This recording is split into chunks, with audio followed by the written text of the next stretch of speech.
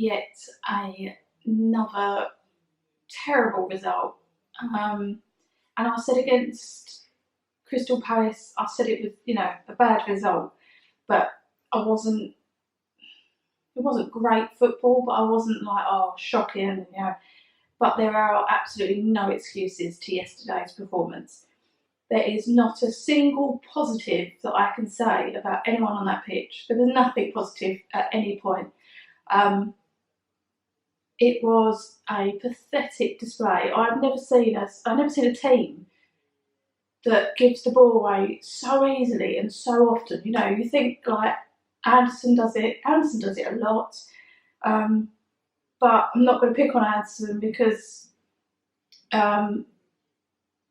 everyone was equally as bad. That's honestly what I can say. Okay, maybe not equally as bad. I'd probably say that Bonner and Diop were the only ones that could probably come away with any pride at all. But to be honest, it was a shocking performance.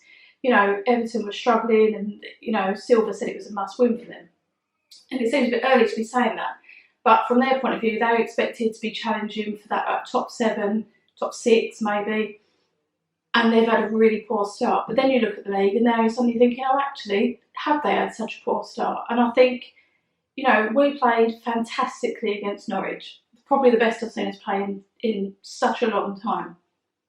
But when you actually start looking at the other results, and I'd said it a few weeks ago that a lot of the teams that you would expect to be performing weren't, and therefore it was our chance. But actually, I think that just flattered us and made us look better than we were. We had a few decent results, but when you actually look at it, have we been that great? Are we any different from last season? I'm not sure.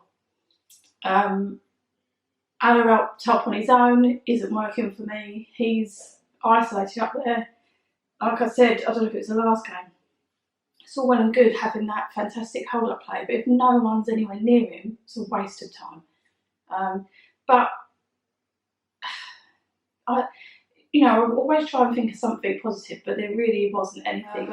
Everton fully deserved to win. 2-0 flattered us massively.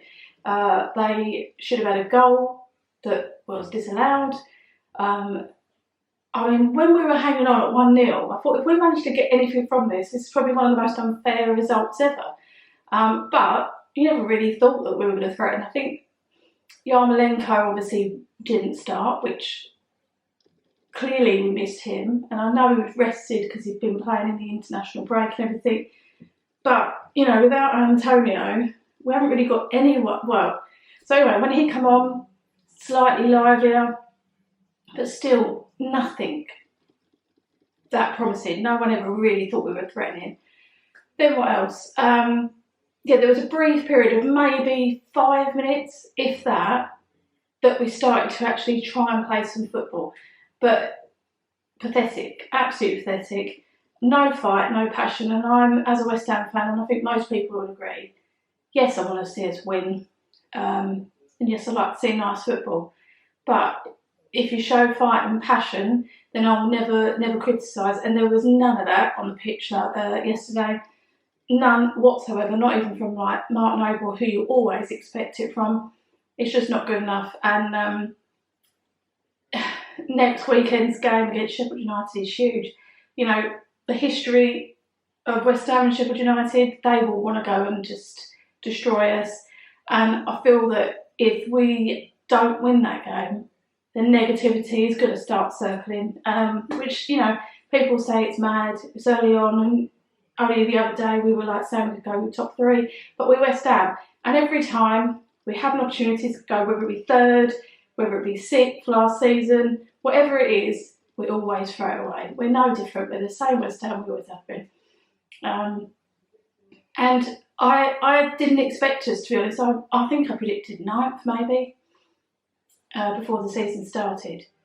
But I did expect better performances than the likes of yesterday. I think it was terrible. And Anna has actually come out and said that it wasn't good enough. And great, because no one can make any excuses. I don't like it when the players come out and say, oh, we know we should have done better and all this. At the end of the day, there are no excuses for a performance like that. And they've got to turn it around next week, otherwise the pressure is really going to start building. So all in all, it's been a pretty bad week. Being a West Ham fan, you know, you lose 2-0 to a struggling Everton side and put up a pathetic display of football.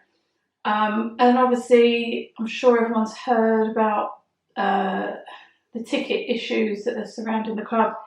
Apparently, people that have tweeted offering tickets are now being banned from games. I think I've read someone said this. Away season ticket taken away.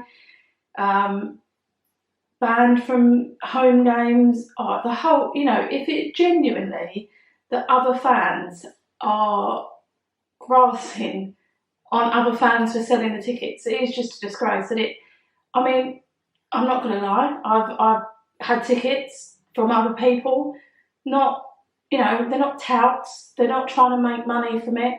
They are fans that genuinely can't make a match. What's the issue with that? You know, as long as people aren't buying tickets for the sake of it and then just trying to make money from it, sometimes people can't make games. And I think this sums up what goes on and why there's so much negativity, and people forget it while we start playing well. And this is what I think you need to remember. Our owners don't really care about the club. They're in it for the money, and you know, everyone would be. You know, it's a business. But come on, like, to actually be penalising fans that travel up and down the country, can't make one game and put it on Twitter that they're willing to sell face value. Some people even give them away, and now you're penalising people for that. It's disgusting. And yet you see the touts outside Stratford Station. No one seems to care about that, do they? And yet, so yeah, like I said, it's been a pretty rubbish week being a West Ham fan. And I'll tell you what, if we lose to Sheffield United, it's just going to get worse. Thanks for watching. Don't forget to subscribe, like and comment, and follow me on Twitter @Flub9. Come on, you Lions.